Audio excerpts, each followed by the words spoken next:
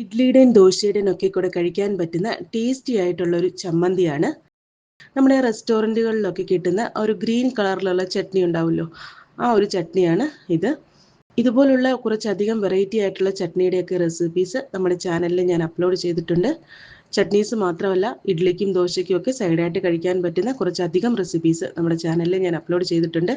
താല്പര്യമുള്ളവർക്ക് പോയി ചെക്ക് ചെയ്യാവുന്നതാണ്. വീഡിയോസൊക്കെ കണ്ട് റെസിപ്പീസൊക്കെ ഇഷ്ടമാവുകയാണെങ്കിൽ ചാനലും കൂടി ഒന്ന് സബ്സ്ക്രൈബ് ചെയ്ത് സപ്പോർട്ട് ചെയ്യുക. അപ്പം നമ്മുടെ ടേസ്റ്റി ആയിട്ടുള്ള ഈ ഒരു ഗ്രീൻ കളർ ചട്നി തയ്യാറാക്കാനായിട്ട് ഞാനിപ്പോൾ ഇവിടെ ഒരു പാൻ അടുപ്പിൽ വെച്ചിട്ടുണ്ട്.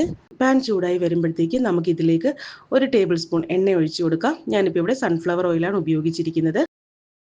എണ്ണയെല്ലാം നല്ലപോലെ ഒന്ന് ചൂടായി വരുമ്പോഴത്തേക്കും തീയ് മീഡിയം ഫ്ലെയിമിലേക്ക് മാറ്റുക. അതിനുശേഷം നമുക്കിതിലേക്ക് ഒരു 2 ടേബിൾ സ്പൂൺ അളവിൽ ഉഴുന്നുപരിപ്പ് ചേർത്ത് കൊടുക്കണം. ഉഴുന്നുപരിപ്പെല്ലാം നല്ലപോലെ ഒന്ന് അതിൻ്റെ ആ ഒരു നിറമൊക്കെ മാറി നല്ലൊരു ഗോൾഡൻ ബ്രൗൺ കളറായി വരണം. അപ്പോൾ തീയെ ലോ ഫ്ലെയിമിലിട്ട് വേണം ഇത് ചെയ്യാനായിട്ട്. അല്ലെന്ന് വരിയിൽ ഉഴുന്ന് പെട്ടെന്ന് കരിഞ്ഞു പോകും. ഉഴുന്നുപരിപ്പിൻ്റെ കളറെല്ലാം ഒന്ന് മാറി വരുന്നുണ്ട്. നല്ലൊരു ഗോൾഡൻ ബ്രൗൺ കളറായി വന്നിട്ടുണ്ട്. ഈ സമയം നമുക്കിതിലേക്ക് ഒരു 10-12 കുഞ്ഞുള്ളി ചെറുതായിട്ടൊന്ന് കട്ട് ചെയ്തത് ഇട്ട് കൊടുക്കാം. ഉള്ളിയെല്ലാം നല്ലപോലെ ഒന്ന് വാടി വന്നാൽ മതിയാകും. ഒരുപാട് അങ്ങനെ ഗോൾഡൻ ബ്രൗൺ കളർ ആകുന്നവരെ ഒന്നും വഴറ്റേണ്ട ആവശ്യമില്ല. അതോടൊപ്പം തന്നെ നമുക്കിതിലേക്ക് എരിവിനാവശ്യമായ പച്ചമുളകും കൂടി ഈ സമയം ചേർത്ത് കൊടുക്കണം. ഞാനിപ്പോൾ ഇവിടെ ഒരു 3 മുളക് ചേർത്ത് കൊടുക്കുന്നുണ്ട്. ഇത് അത്യാവശ്യം നല്ല എരിവുള്ള മുളകാണ്. പിന്നെ മുളകിൻ്റെ എണ്ണമൊക്കെ നിങ്ങളുടെ എരിവിനനുസരിച്ച് കൂട്ടുകയും കുറയ്ക്കുകയും ഒക്കെ ചെയ്യാം. ഇനി ഇത് രണ്ടും കൂടി കുറഞ്ഞ തീയിൽ നല്ലപോലെ ഒന്ന് വഴറ്റിയെടുക്കണം. അപ്പോൾ ഈ ഒരു കാര്യങ്ങളൊക്കെ ചെയ്യുന്ന സമയത്ത് തീയെ മീഡിയം ഫ്ലെയിമിൽ തന്നെ ആയിരിക്കണം. ഹൈ ഫ്ലെയിമിലേക്ക് മാറ്റേണ്ട ആവശ്യമേ ഇല്ല. അപ്പോൾ ദാ നമ്മുടെ ഉള്ളിയെല്ലാം ഇവിടെ ചെറുതായിട്ടൊന്ന് വാടി വന്നിട്ടുണ്ട്. ഈ സമയം ഞാൻ ഇതിലേക്ക് ദാ ഈ ഒരു വലിപ്പത്തിലുള്ള ഒരു ചെറിയ കഷ്ണം പുളി ചേർത്ത് കൊടുക്കുന്നുണ്ട്. ഇനി ഇതിലേക്ക് നമുക്ക് അടുത്തതായിട്ട് ചേർത്ത് കൊടുക്കേണ്ടത് കറിവേപ്പിലയാണ്. ഞാനിപ്പോൾ ഇവിടെ ഒരു 2 തണ്ട് കറിവേപ്പില ചേർത്ത് കൊടുക്കുന്നുണ്ട്. അടുത്തതായിട്ട് നമുക്കിതിലേക്ക് ചേർത്ത് കൊടുക്കേണ്ടത് മല്ലിയിലയാണ്. ഞാനിപ്പോൾ ഇവിടെ ദാ ഈ ഒരു കൈപ്പിടി അളവിൽ മല്ലിയില ചേർത്ത് കൊടുക്കുന്നുണ്ട്. ഇനി ഇതെല്ലാം കൂടി നല്ലപോലെ ഒന്ന് വഴറ്റിയെടുക്കുക. അപ്പോൾ ഈ ഒരു റെസ്റ്റോറൻറ്റുകളിലൊക്കെ നമുക്ക് 2 രീതിയിലുള്ള ചട്നിയാണ് കിട്ടുന്നത്. ഒന്ന് വന്നിട്ട് മല്ലിയില ചേർത്ത് തയ്യാറാക്കുന്ന ചട്നിയും പിന്നെ ഒന്ന് വന്നിട്ട് നമ്മുടെ പുതിനയില ചേർത്ത് തയ്യാറാക്കുന്ന ചട്നിയാണ്. പിന്നെ ചിലർ ഇത് രണ്ടും കൂടി മിക്സ് ചെയ്തും ചട്നി തയ്യാറാക്കാറുണ്ട്. നമ്മളിപ്പോൾ ഇവിടെ മല്ലിയില മാത്രം ചേർത്തിട്ടാണ് ഈ ഒരു ചട്നി തയ്യാറാക്കി എടുക്കുന്നത്. അപ്പോൾ ഇതാ മല്ലിയിലയെല്ലാം ഇവിടെ പെട്ടെന്ന് തന്നെ ഒന്ന് വാടി വന്നിട്ടുണ്ട്. ഇനി ഇതിലേക്ക് ഞാനിപ്പോൾ ഇവിടെ ചേർത്ത് കൊടുക്കാൻ പോകുന്നത് 2 ടീസ്പൂൺ അളവിൽ പൊട്ടുകടലയാണ്. അതായത് നമ്മുടെ ആ ഒരു മിക്സ്ചറിനകത്തൊക്കെ ഇടുന്ന കടലയില്ലേ, അതാണ് ഞാനിതിലേക്ക് ചേർത്ത് കൊടുക്കാൻ പോകുന്നത്. അതിൻ്റെ ആ ഒരു റോ ടേസ്റ്റ് മാറുന്നത് വരെ ഒന്ന് വഴറ്റി കൊടുക്കുക. അപ്പോൾ ഈ ഒരു പൊട്ടുകടലയും അതുപോലെ തന്നെ ഉഴുന്നുപരിപ്പും ഒക്കെ ചേർക്കുന്നതുകൊണ്ട് തന്നെ നമ്മുടെ ഈ ഒരു ചട്നി വന്നിട്ട് നല്ല കൊഴുത്തിരിക്കുന്നത് കാണാം. തന്നെയല്ല, ഇത് രണ്ടും ചേർക്കുന്നതുകൊണ്ട് നമ്മുടെ ചട്നിക്ക് നല്ലൊരു ടേസ്റ്റും കൂടിയാണ്. അപ്പോൾ ഇതൊക്കെ സ്കിപ്പ് ചെയ്യാതെ ഇതെല്ലാം ചേർത്ത് കൊടുത്ത് തന്നെ വേണം നമ്മൾ ഈ ഒരു ചട്നി തയ്യാറാക്കാനായിട്ട്.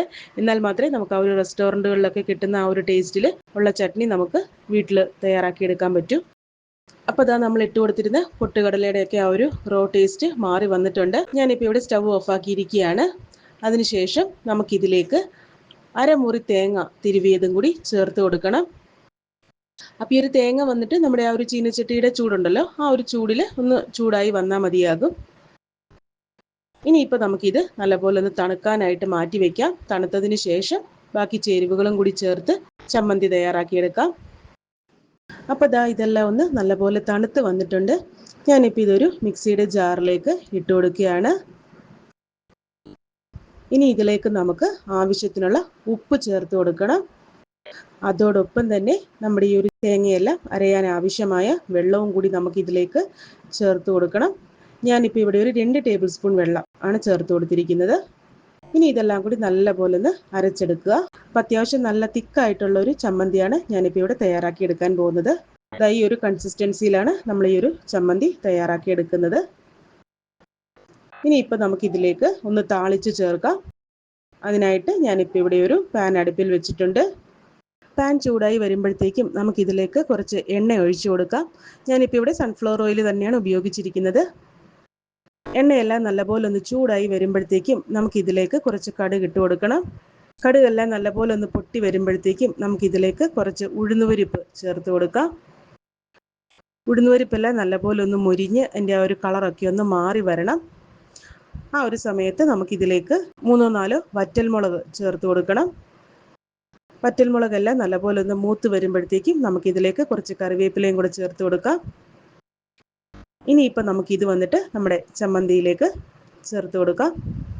അപ്പോൾ ദാ ഇത്രയേ ഉള്ളൂ, നമ്മുടെ ടേസ്റ്റി ആയിട്ടുള്ള റെസ്റ്റോറൻറ്റുകളിലൊക്കെ കിട്ടുന്ന മല്ലിയില ചമ്മന്തി ഇവിടെ റെഡി ആയിട്ടുണ്ട്. ഞാൻ നേരത്തെ പറഞ്ഞ പോലെ തന്നെ നമുക്കിത് പുതിനയില വെച്ചിട്ടും തയ്യാറാക്കാം. അതുപോലെ തന്നെ മല്ലിയിലയും പുതിനയിലയും കൂടെ വെച്ചിട്ട് രണ്ടും കൂടി മിക്സ് ചെയ്തും നമുക്ക് ഈ ഒരു ചമ്മന്തി തയ്യാറാക്കാവുന്നതാണ്. അപ്പോൾ എല്ലാവർക്കും എൻ്റെ ഈ ഒരു റെസിപ്പിയൊക്കെ ഇഷ്ടമായിട്ടുണ്ടെന്ന് കരുതുന്നു.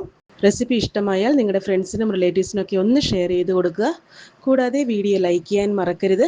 അതുപോലെ തന്നെ നിങ്ങളുടെ അഭിപ്രായങ്ങളും നിർദ്ദേശങ്ങളൊക്കെ കമൻറ്റ് ബോക്സിലൂടെ എന്നെ അറിയിക്കാവുന്നതാണ്.